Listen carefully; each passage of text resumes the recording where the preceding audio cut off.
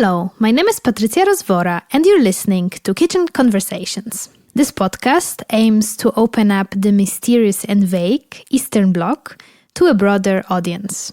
For each episode, I'm inviting one artist or researcher, and together we explore the relation, interest, and the urgency to create within the framework of the post-Soviet sphere. Here, I also wanted to thank everyone for listening and supporting this podcast. It's very rewarding to see that with every episode, the community is growing, which was, of course, the whole point of this platform. If you're a regular listener, you might want to check out my Patreon page, where you can support my work and help me develop this amazing but time-consuming project.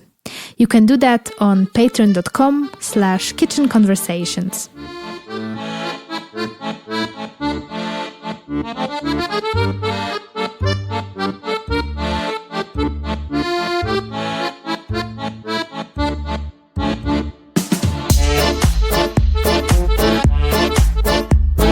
Today I'm speaking to Burkhard Körner, a choreographer, theater maker, dancer, performer and singer from Mittweida, Saxony in East Germany. Burkhard studied culture and theater studies at the University in Leipzig, elementary music and dance education at the Karl Orff Institute Mozarteum University in Salzburg, and choreography at the SNDO in Amsterdam. Since 2011, Burkhard is staging his own choreographic creations that stand at the intersection of theater, dance, voice, and music.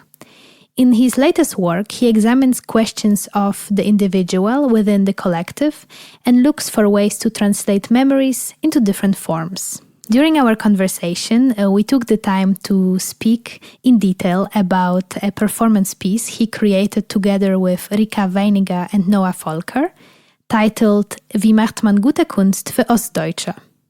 How to make good art for East Germans, that premiered this year on the 16th of June in Neubrandenburg.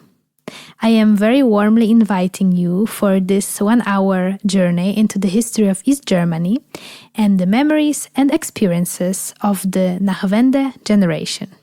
Please welcome Burkhard Körner.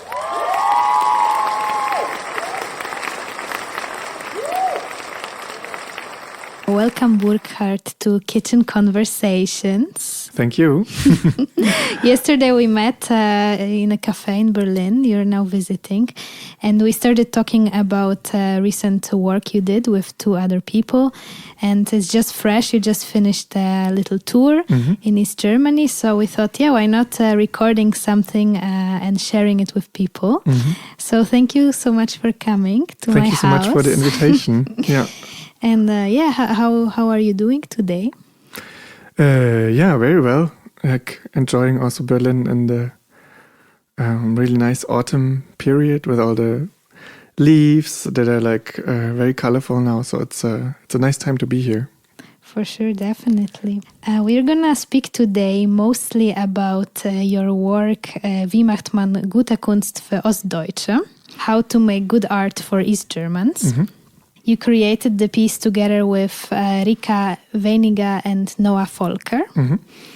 And how long are you already working on this, or when did the process begin? The process started very slowly.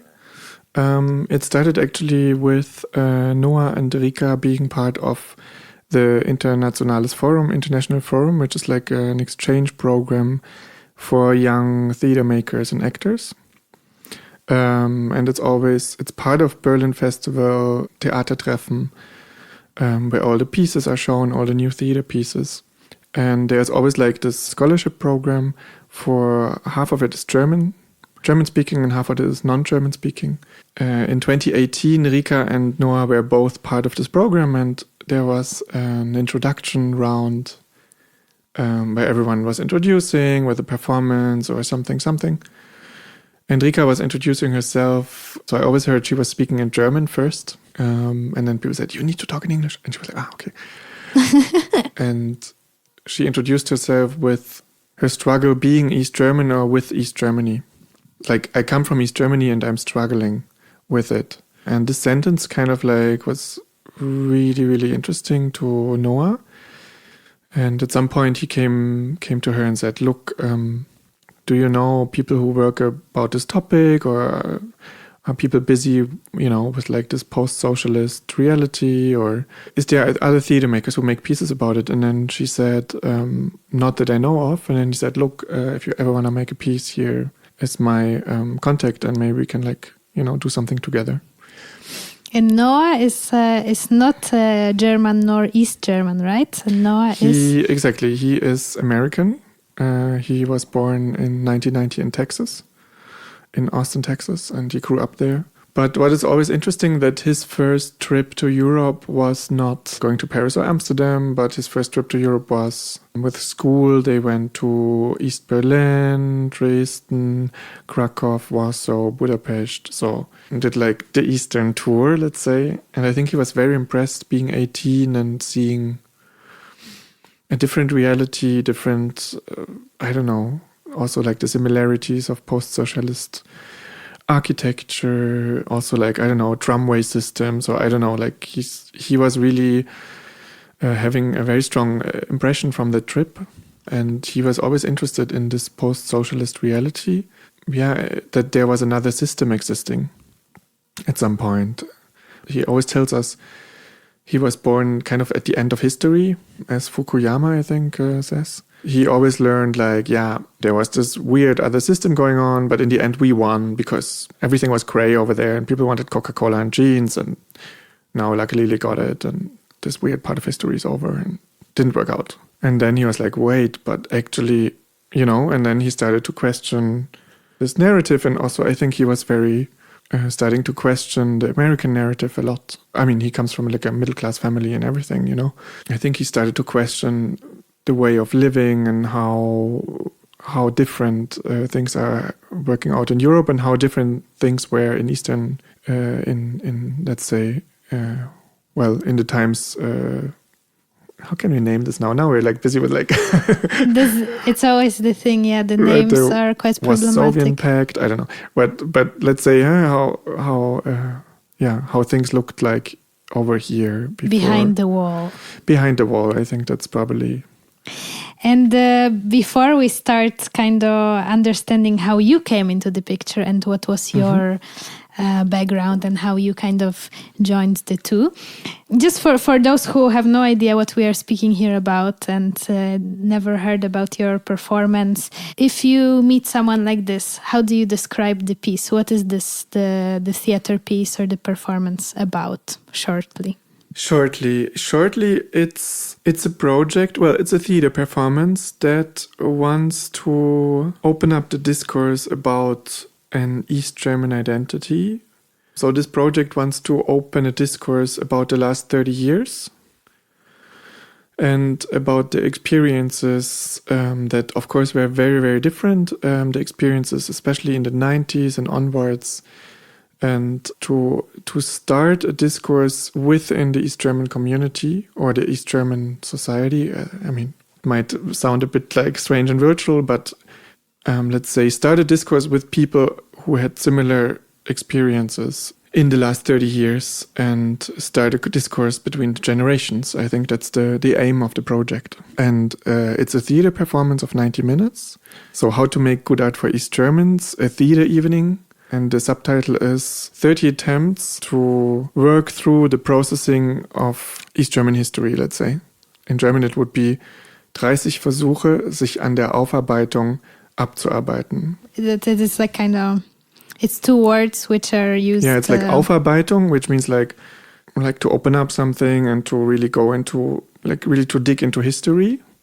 I know, for example, Nazi German history, there's also like an Aufarbeitung, and then so it's like really processing history. And abarbeiten is really like kind of, you have a pile of papers and you kind of like need to go through them, kind of. Yeah. So it's like, it's digging and chopping layers and getting deeper in it. Yeah, working through. Working through. You call yourself the theater band or the Theater band. Oh, really? Yeah, I saw that on the website. I thought, like, is this something we specific? We say that, theater band. So what is nice that we got to know each other over the topic. And we decided that this topic is super relevant and we want to make a piece together. And what is also very beautiful is that we don't have any institution in the background. We had a production house who was, of course, helping us with to put the piece together and get funding, but we don't have like a proper institution. We don't have a proper theater house. We are not supported by a production house. We are really very much autonomous and independent. And also the working process was very, very collective. Like we all decided we all want to have a similar approach to the piece. We all want to co-write the piece, co-create the piece, and no one wanted to be a director or be an actor or be a performer. We really wanted to overcome the traditional roles and make this project together from the beginning till the end. And kind of till now we very much succeeded in that way.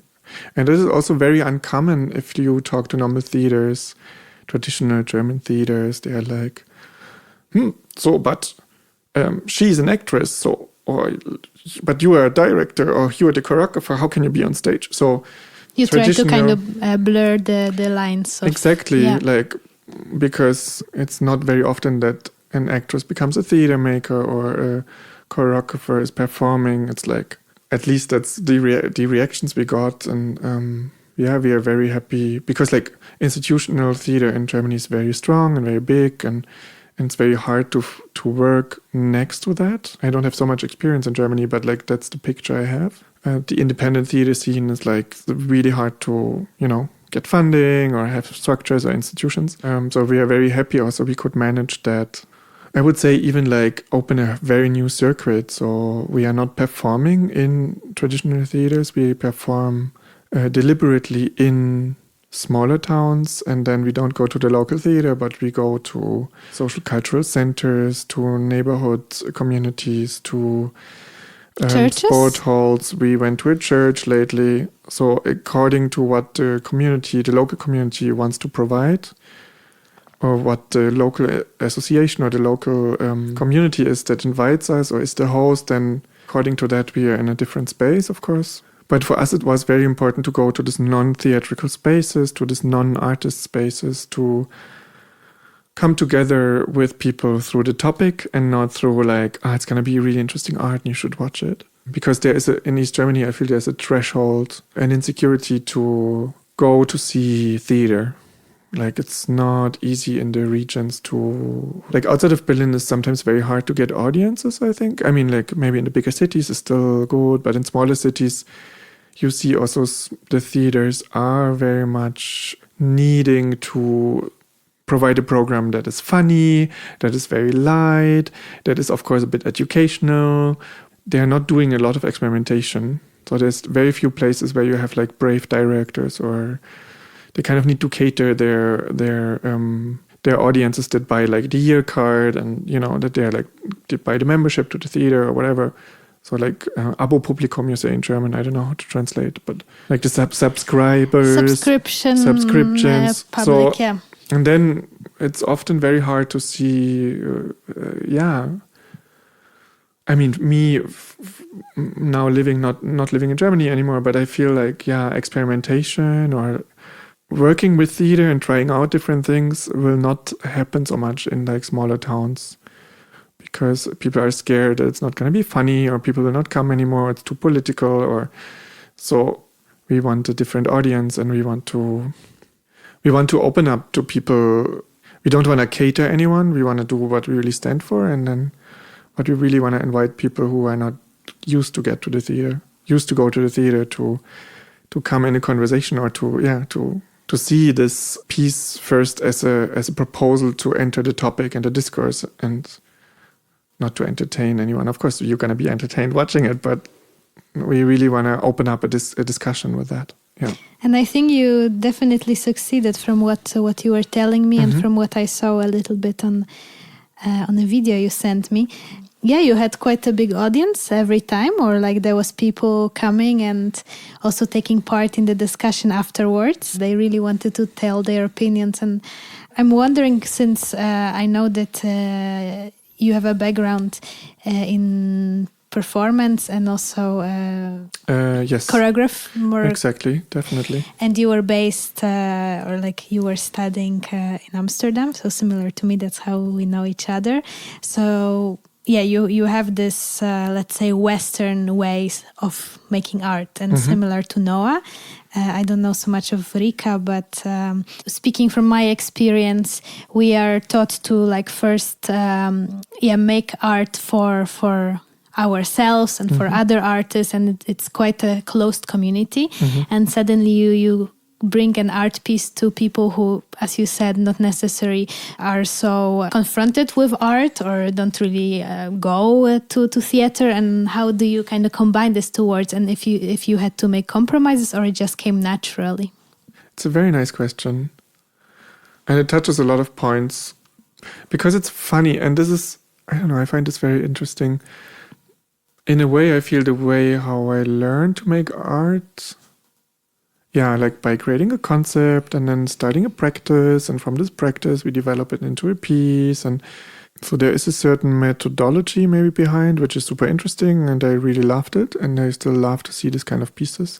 I think I always had this wish, how can we create an art that is also readable, that is universal, that is not only my self-involved thing and then take it or leave it, but also how can I create a language that can communicate, that can touch people, that can reach people, that can get people busy and like thinking about things. So I always had like this wish, and I kind of find it interesting because I struggle now a bit less, but I was struggling a lot with this combination of the artist is also the artwork, let's say, which is a very Western approach, or that you and your practices are becoming the artwork, and you are almost inseparable to your artwork, and everything is like needs to come out of you. And I don't know, I read it as a very, very market oriented, or very easy to sell and to like,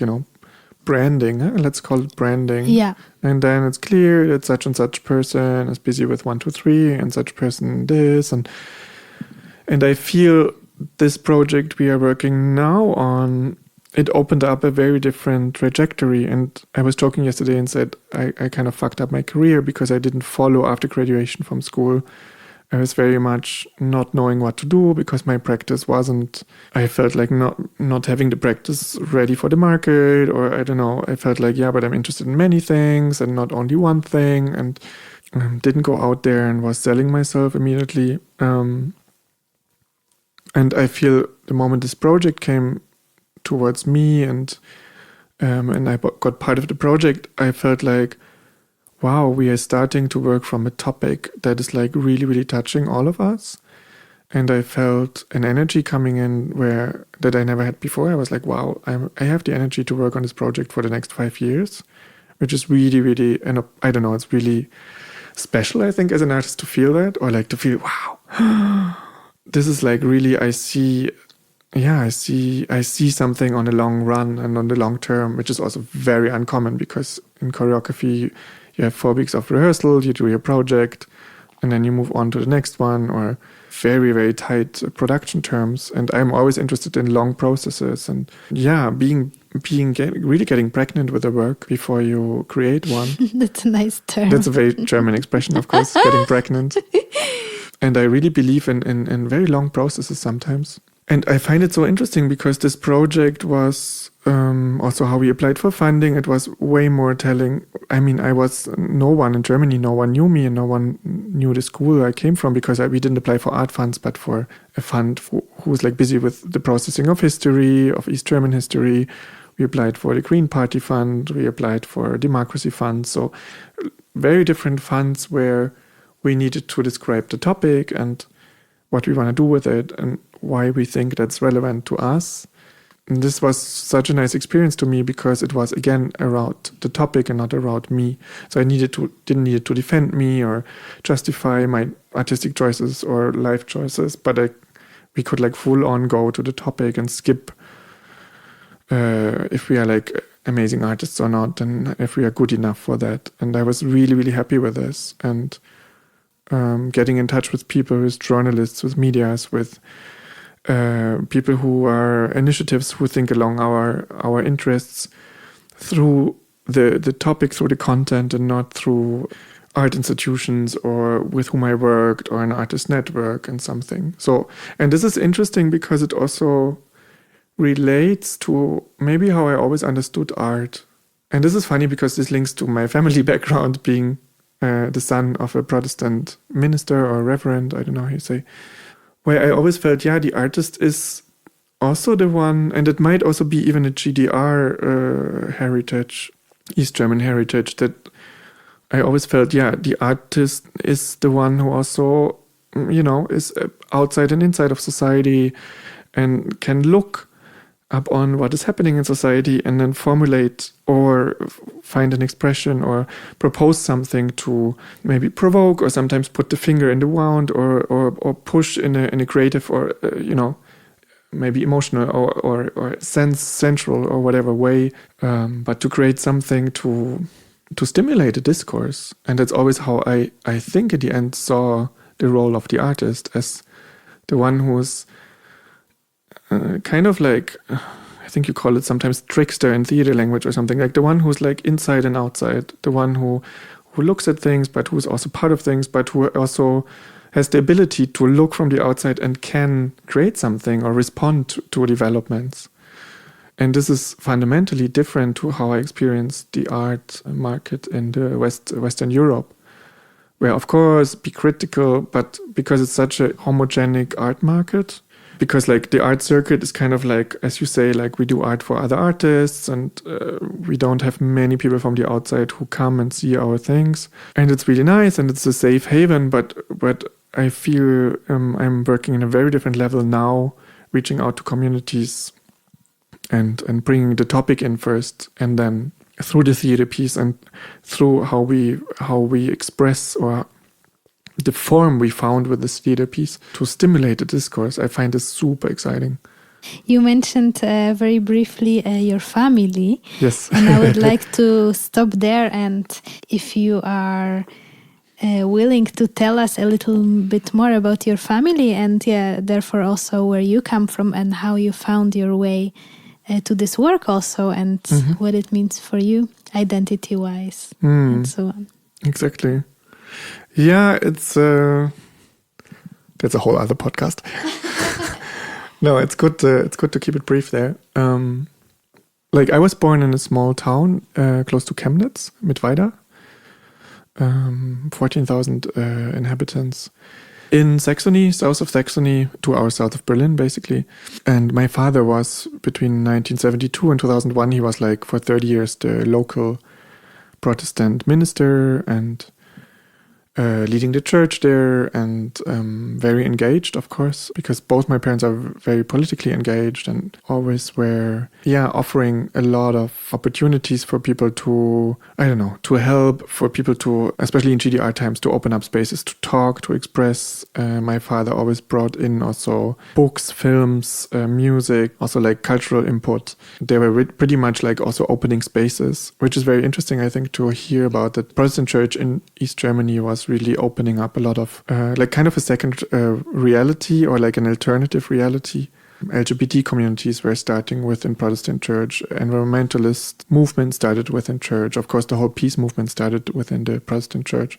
Rockers, I don't know, like there was a whole, many subcultures started under the umbrella of church. Not only, but it was one of the umbrellas that allowed that free spaces, let's say. And I think my parents really identified with that. And my father was also like facilitating these spaces a lot and supporting a lot of people there. So this is very exciting. And at the same time, my family is family of ministers that goes back to 1518. So like 500 years of like, with some interruptions, but mostly like 500 years of theological heritage. And say our generation is the first one who doesn't take over the job. So on a personal level, there was a lot of, so as a kid, I was really amazed by like, and also proud, like, wow, we have ancestors and we have like the genealogy and goes back to 1518. And you can see, oh my God, our family was like related to such and such. And then, wow, and it goes there. And we have family members in South Africa and in Norway and in England and in the US. And So there was, of course, a lot of pride and like also this, I think also I felt like there's a connection to the world coming from like actually growing up in a small, very small town in East Germany that was really, very, very small, let's say. And then feeling like, wow, we have this connection to the world was, of course, gave me a vision, let's say. Because I could never identify with that small city. I never felt at home there. As a kid, yes, but then very quickly, I think up from 10, I lost the local dialect.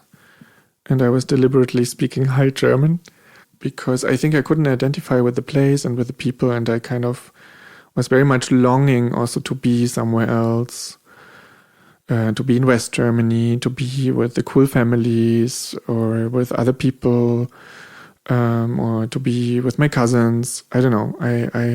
And this also is related to like, and I think other families of Protestant ministers can talk about it. Like it's really like, funny enough, Angela Merkel was also the daughter of a Protestant minister. Ah, fun fact. Exactly. That's the fun fact. I think in Germany, say a Pfarrerskind, like a child of someone who has a specific role in society and not only like a mayor or something, but also like a moral and even religious component that comes in. It's quite, I wouldn't say a burden, but it's quite something. You are never yourself. You're never a private person. You're always seen in relation to the profession of your parents or your father. You are also asked in school then, tell us something about Christianity, tell us something about, my mom was in the Green Party or not in the Green Party, but she was like very much engaged in the environmental movement. And then we're like, tell something about like how we should save the environment. Advocating kind of. So I was always seen in school as not as who I was, but always in the function of, it was making me really, really annoyed at some point that I left this little town at age 16 and moved to Dresden, which was really, really nice to start a new life from zero a bit, like really to be seen as the person I was and not as the function I was. Your family history or your position is quite a specific one, I would say, in the DDR. Mm-hmm. And briefly yesterday we also spoke about Rika's history. Of course, she's not here, so I don't want you to tell her history, but maybe you could a bit tell her perspective on the piece also and how those two positions came together. Yeah, this is a very interesting point because Rika comes from Neubrandenburg, so it's already a different region. And Rika grew up she calls it a working class family. So her father was like a tool maker in a factory. Her mom was a kindergartner. So I think what is very interesting, and this was very new to me, let's say I kind of thought, we are all East Germans and we have like a similar background, similar experiences. But what was new to me is that there are very different realities within the East German collective, if you want to call it this way, or the East German society. And it was like, for example, like Rika always says, she's the first one in her family who studied, the first one who was going to high school. And for example, she was saying, look, my parents, they allowed me to go to high school. And I was like, what do you mean? Like, it's for free. Where's the problem, She was saying, no, but it meant paying me 2 years longer in my educational process. And I was like, wow, I didn't even think about it, that as a parent, you start thinking, okay, up from 16, this kid is going to be independent. It never came to my mind. And that shows very much, of course, academic background, but also how we really approached questions of class and classicism and class division. So I don't know, like this class problematic. And it also came a lot in the topic I was realizing. And funny enough, my mother also has a similar background because my mother is also the first one from a working class family of barbers or like middle class, I don't know, but also the first one who studied, the first one who became a doctor, the first one who, kind of moved into a different class. This step doesn't only involve that you have a longer education and you acquire knowledge, but it also comes together with learning a new language in your own country, learning a new vocabulary, and able to express yourself among academic circles or among intellectuals or among artists. Like Rika always told me how she needed to translate sometimes between her parents and, her acting friends, or feeling in between worlds when her parents came to see a premiere in the theater and she felt like, how can I close this bridge? And this is such an interesting component, and also thinking about other people that we were talking to or that I talked to around this topic is like, I come from a background where my parents talked a lot and I got exposed to a lot of knowledge and history, and the radio is always on, or, like my parents are like brains and it's like generating day and night.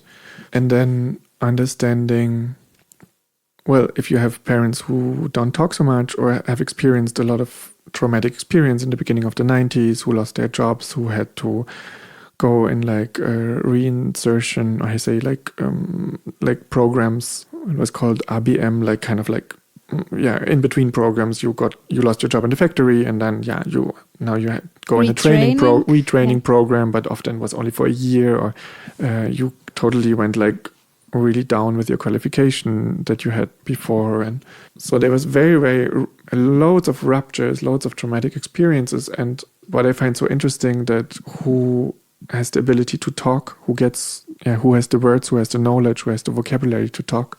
And funny enough, I feel that, if you come from a background where there wasn't talked about the traumatic experiences, where there was no vocabulary to talk about it, and no space, you are not appearing in the history, also in the collective history, in the collective memory of East German history. And I feel like I come from a background that was very much represented, like the church as the ground that was initiating the peaceful revolution, that allowed, the change to happen. And these voices from the opposition were always heard and active. But I have the impression voices from people that don't fit in this language, or that don't come with the language we are used to, are not represented. And this was it's a very, very interesting and very touching and sometimes very painful reality, let's say. With your piece, you not only gave voices to each other and to your own histories, but you also gave voices to people from that region, from East Germany. You talked to various stories, people who experienced the transformation and who lived in the DDR. I'm curious how you incorporated those stories into the performance. Mm-hmm.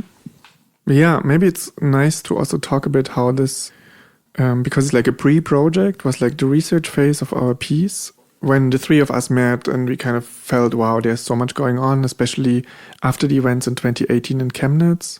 That was kind of like the kick-off point for us, where we felt like, wow, okay, this is happening where we come from, and then how also Western medias were talking about it, of like, okay, these people in Saxony, they don't know anything about democracy, what's going on, they're all right-wingers. And Rika and I felt like, wait, but we remember that violence that you could see in 2018, where, so in Chemnitz, maybe it's just good to talk about this event. There was a city party, and in the city party, a person got killed, and apparently this person, German-Cuban, got killed by, I think, a Syrian and Iranian refugee or something. And then within, I think, 24 hours or 2 days, right-wing networks were organizing themselves, and they came with thousands of people into the city for a march. Like, I think the next day or the day after, buses and people from not only from Saxony or from Chemnitz, but also from West Germany, right-wingers, AfD, Nazi support groups. I don't know the details, but like all of a sudden you had like a massive group of people who were marching and commemorating and saying, oh my God, these migrants, they killed a German, this is crazy. And police was totally not aware or didn't want it to be aware, because police in Saxony is always very much entangled with right-wing networks. So it's a bit problematic in Saxony. But let's say there were like 5,000 people marching, and then it was not only like a demonstration, but it got really out of hands, and people were chased in the streets. Anyone with any person of color was attacked, harassed. There was really strong violence in the streets. And it really and police didn't do anything, and there was really like a lawless situation. I say like out of order, totally out of order. And everyone was super scared, and it was big time in the media, and it was quite a moment where people were really shocked. And then it was really interesting because the West, like the main, I'm calling it West German medias, which is funny, but like let's say the big newspapers, Süddeutsche, Zeit, I don't know, Frankfurter, like these big newspapers that are of course mostly with West German journalists, were very, very clearly making a black and white picture and kind of like taking the whole region into hostage. I say like accusing the whole region to be like not ready for democracy and the whole region to be backwards. There were voices of saying maybe it's time for Saxony, like Saxony should like leave Germany, and like it was really going all over the place. And people were like shocked, what's happening? And then in Amsterdam I had a German colleague who told me, oh my God, this is not my Germany. What is going on there? Why is it happening? And she comes from the West Germany. And then I felt like, but guys, there's no surprise. I know this violence from the 90s when I was a kid in the small towns, especially if there would be a flock of boys coming down the street, you would like lower your head and go to the other side, you know, and try to disappear and not to be noticed. And I even had an experience lately, a couple of years ago in Leipzig. So like this violence, especially in smaller towns or in the countryside or in public transport a lot. I remembered all of a sudden, wait, we really started a whole survival mechanism. Like if you go in the train, you go close to the conductor. If you go on the tramway, you take the first carriage. If it's if it's dark or something. So you always, if there's like crazy people on the street, you go to the other side and try not to look in their eyes.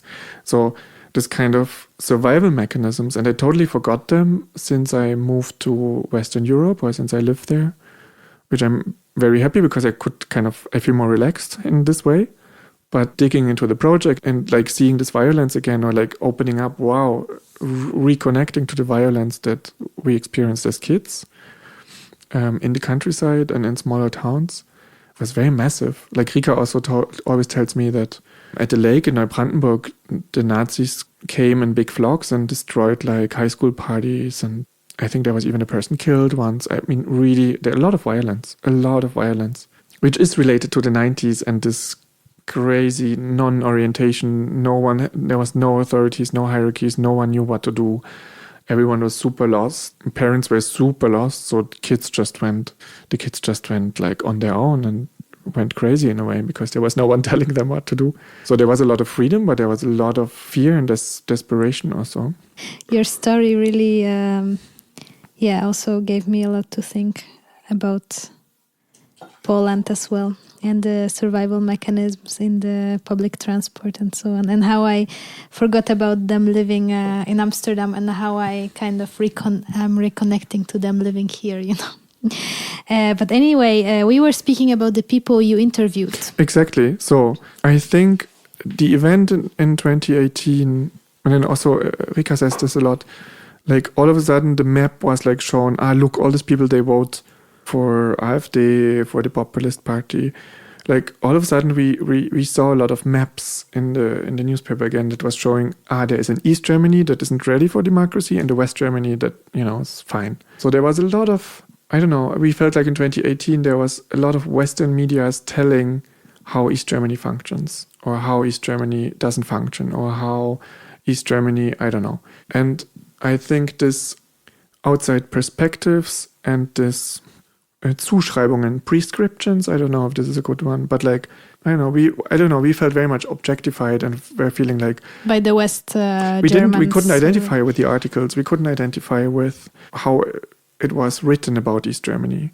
And then looking deeper, it was like, it's not even an East German journalist. And I think this event really made a shift. I mean, now the medias are way more aware and like there was a big shift in the narratives and way more space for an East German perspective. But for us, it was like a wake-up call. It was like, wait, we come from there.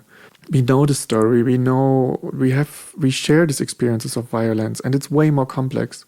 It's not like they're all Nazis and they're crazy. It's like, it's a very complex story and it's very complex layers and there's a lot of anger, and I don't agree with the results, but I relate to the anger and I understand where this anger comes from. I have an empathy with this anger. I don't agree with the consequences or why people vote for populists, but I have an understanding why the anger is there. And this was the step out of the urban bubble, out of, oh, I live in Amsterdam, nice. Oh, I live in Berlin, great. It was like this step out of of a nice, cute little world where everything functions and where I'm always doing the right choices. It felt like, okay, I can't, there's something that is also this. So I kind of relate to that and I want to go there and understand what's happening. And then the three of us talked a lot. Noah from the outside wanting to understand a lot. We needed to talk in English about East Germany, which was very funny because Noah doesn't speak German. But it was so interesting because we really had to talk ourselves into the topic. And we experienced a lot of censorship. We were saying, no, I can't say this. This is probably crazy. Or, oh my God, what will my friends in Germany say about this? So we also needed to talk ourselves into the topic, go through a lot of layers in understanding the self-censorship, understanding, to open up narratives that we took for granted and like open them up and look deeper. While talking so much, we also were asking ourselves, but what's going on where we come from? What's going on in 14,000 people Mittweida? What's going on in 60,000 inhabitants Neubrandenburg? And at this time, Rika has lived, for example, in Oldenburg and Braunschweig in Western Germany. I lived in Salzburg, France, a bit in Leipzig, and then for the last 10 years in Amsterdam. So we were both not there anymore. And Rika also lived in Belgium, so we even left the country at this point. And then we were saying, okay, let's really go back. Let's see, what people are busy with. And then we understood, okay, we don't want to go in the market square with the camera and asking why people vote for the populists or kind of fish for the most extreme viewpoints. And then we were thinking, how can we do this? It's very problematic. We left. So how can we talk about this? We are also the ones who were leaving the shit. And then we were thinking, okay, we need to find a different proposal. We need to find a different space. And we felt uncomfortable to go into people's houses and talk to them. So we were like, but how about if we create a space, a third space where we can come together? Then we were thinking, GDR, small towns, is empty shops, like a lot of empty shops being there because people left and economic crisis, at least that was in our mind. Then we didn't find any empty shop. We actually were figuring out other spaces, but we called it the Laden der unerhörten Geschichten, the store of the unheard stories. And the word unerhört is unheard, but also it means in German outrageous. So it has a double meaning, which I find interesting. And then we opened a space for a week in Neubrandenburg and then also in Mittweida, where I come from. And we were inviting people to come to our space and to talk about, not about migrants, not to talk about AfD, not to talk about, all the Stasi things, not about the GDR, but we invited people to talk about the 90s and everything that happened after the happy end of the fall of the wall, because we felt this is a part of history no one talks about and no one looks at that.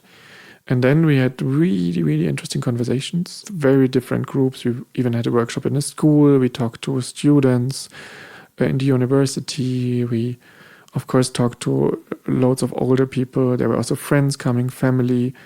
We were collaborating with different associations.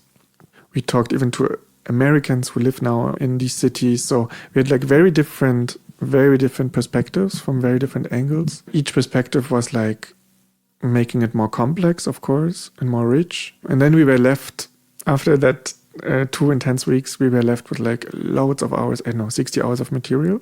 And we're thinking, how can we include that in the piece? How can we, make a piece out of that? And then we were understanding we don't want to make a documentary theater, but we want to, we were really thinking and feeling loyal to the stories, but we also understood actually we need to tell our own stories here because that's the missing thing. Of course, we need to listen to people and their stories, but we felt what is actually needed is the perspective of our generation, of the generation who were kids when the change happened, who saw the parents having to struggle throughout this whole transformation and who needed to adapt to a new system. And we felt okay, our perspective is needed here. I think Also, we gave voices to people from the regions. We gave voices to elderly people. We gave voices to people who really had to struggle with the transformation. But we wanted to bring in a new perspective.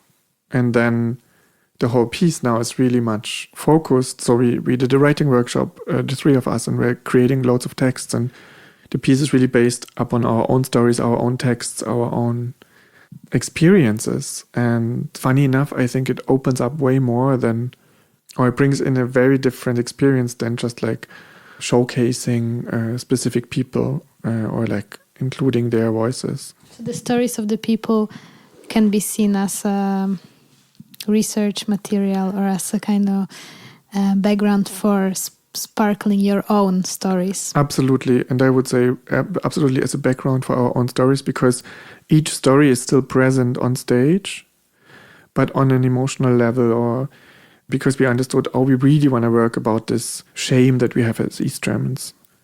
Like people were like often saying in the shops, I'm sorry. I mean, I shouldn't say that. Or finally I can talk. So there's so much self-censorship and so much shame around the topic of what happened in the 90s, feeling inferior towards a West German as an East German. So we kind of want to cover up that identity a lot. So, of course, we wanted to talk about shame. So you see shame in our bodies on stage. You see insecurity.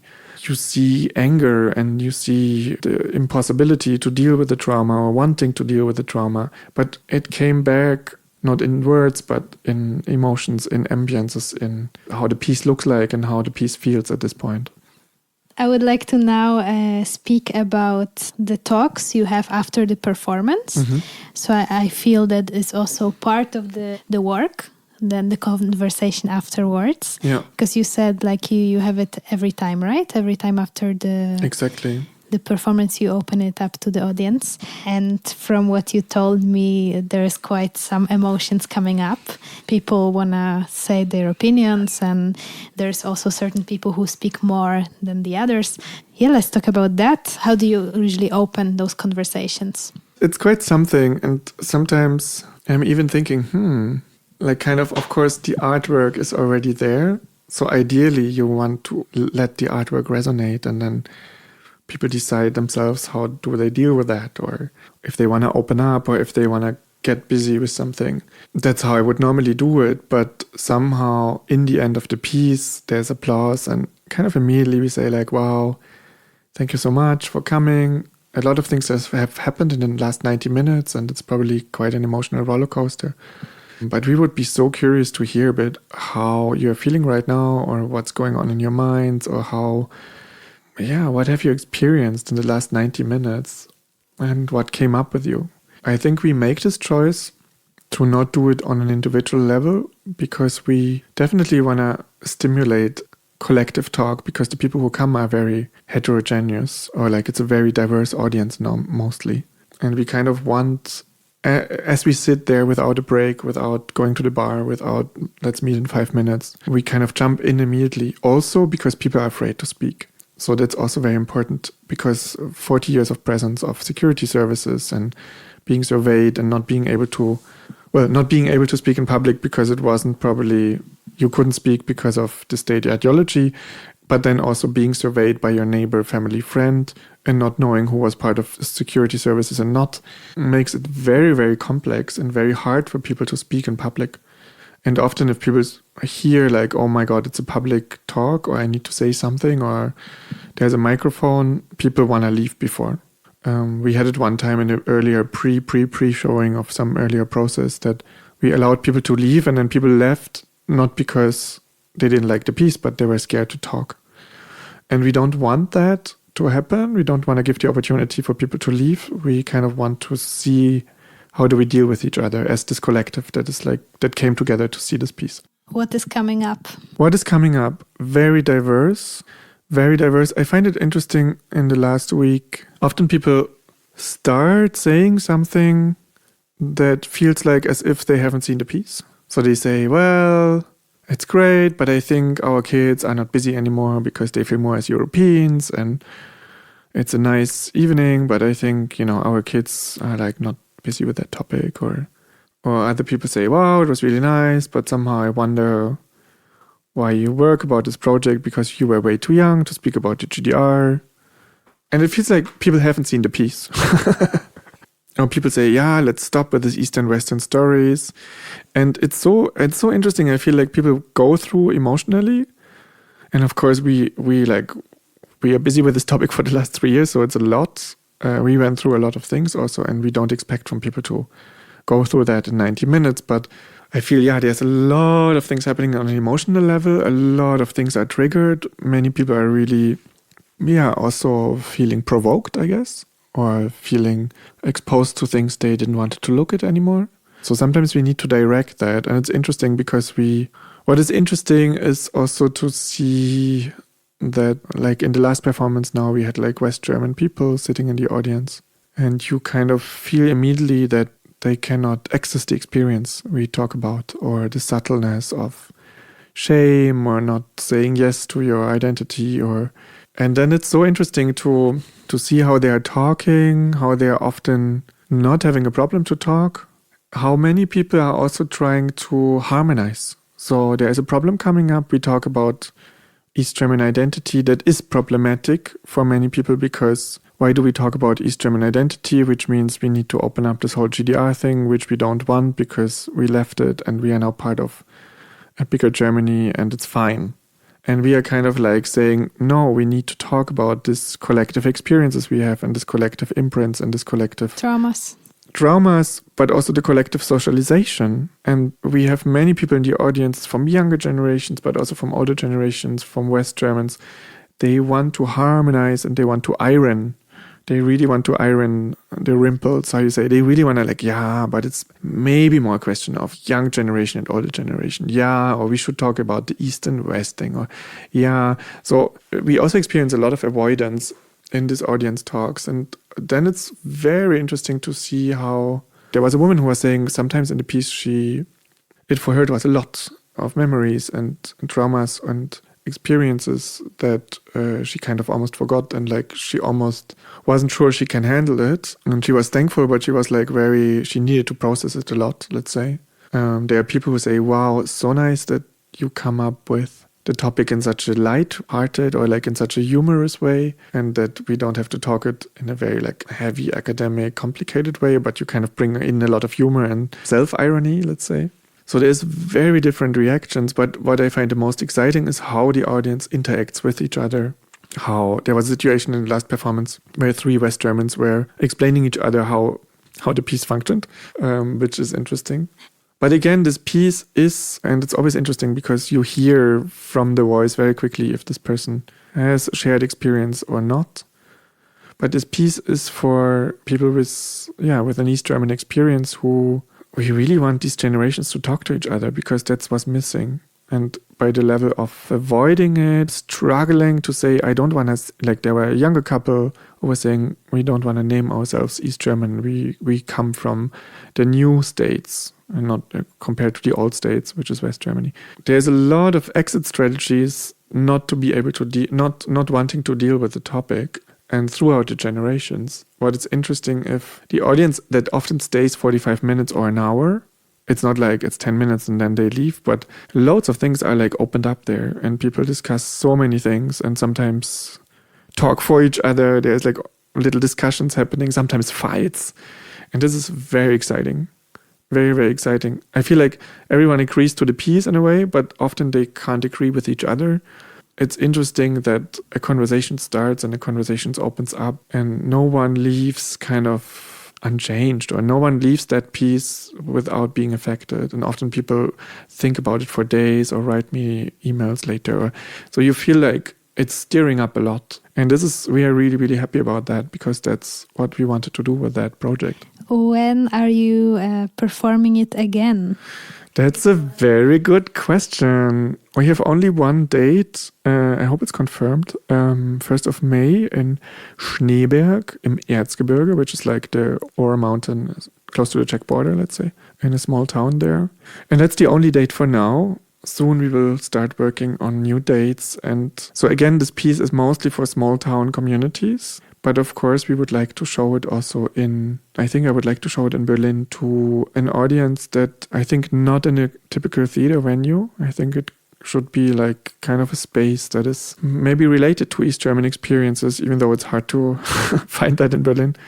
I imagine that, it needs a specific curation and to invite people, journalists, politicians, people who are busy with that topic of East German awareness, because there's many people, and funny enough, many people in Berlin who are busy working with that topic and starting to dig into that, especially from younger generations. And that makes me personally very, very happy to see that people who were born in the 90s and onwards are claiming this East German perspective, East German experience, without going back into nostalgia and saying we need to rebuild this East German state. It's not about that, but to claim the experience or the East German consciousness and Ostbewusstsein. There's like one journalist, Valerie Schönier, and she wrote a book about it. And it really, I find it so empowering to see how a younger generation wants to open up these layers of history and to how can we transform them as a part of our identity that we don't need to throw into the trash bin or feel ashamed about, but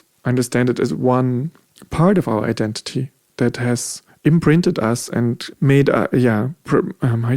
brought a lot of values where we established a certain value system. And I think there it becomes very interesting. On that note, I think I want to move towards the very last part of this podcast, which is, of course, connected to food. Since I am actually creating a little cookbook with all the recipes of the New East part. Every guest has to tell a little bit for the ending about favorite food or taste of home, wherever it is for you. Wow, that comes as a surprise. I know, I on purpose didn't put it in the draft. Of course. Yeah, my partner is a cook, and my mom gave us like this cooking book from GDR times. And it's very interesting how these recipes are done. It's like with loads of margarine instead of butter. Super strange combinations. I totally feel you, yeah. That I don't find very exciting. It's funny because, how can I say? There's one recipe that is a bit like, let's say, a bit famous. I think I would also come to other ones. I always think about Soljanka, but it's not so much East German, because that's more Soljanka. I actually thought it's more East German, right? Yeah. Once actually I work in a Eastern European cafe and I made Soljanka, and then there was two people coming. One was East German, or like former East, and the other one was former West. And then the Eastern was explaining to the Western what Soljanka is. Like, you're in the West, you have no idea about Soljanka. Did you have that in your childhood, the soup? I had it. I think my mom never made it. My mom, what is also strong, and this is also related maybe to Saxony, there's a lot of baking culture also. So lots of cakes, and it was very normal on a Sunday to make like a huge cake, especially in the summer with all the fruits, and very simple. But German love their 3 o'clock coffee and cake. But it also is like very much like you invite family to come over and then there's a cake. So this is something that feels very traditional, almost more traditional than people get more together around coffee and cake than around like lunches that you provide for days or something. I feel there's more like this. That's actually where people get to their best, I feel. Also, like in church community, there was like, when there was like a church party, there was not like a meal of like a salty plate, but it was like a buffet of like 30 different cakes. I feel like that's something, I don't know if it's East German, but it's definitely Saxon tradition of having very, like this pride of like cakes. Are you continuing that tradition? Are you like inviting friends for Kaffee and Kuchen? Maybe I should. Not so much, actually. I'm more into cooking, actually. Yeah. Thank you so much, Burkhard, for this conversation. I think we touched upon a lot of topics, and I'm gonna place all the links to your website also, so people can follow the new schedule for 2022. And yeah, I'm looking forward to the show in Berlin. Perhaps I'm also gonna meet the other two collaborators, and maybe we can record something else again. That would be lovely. Yeah. Thank you so much. Thank you.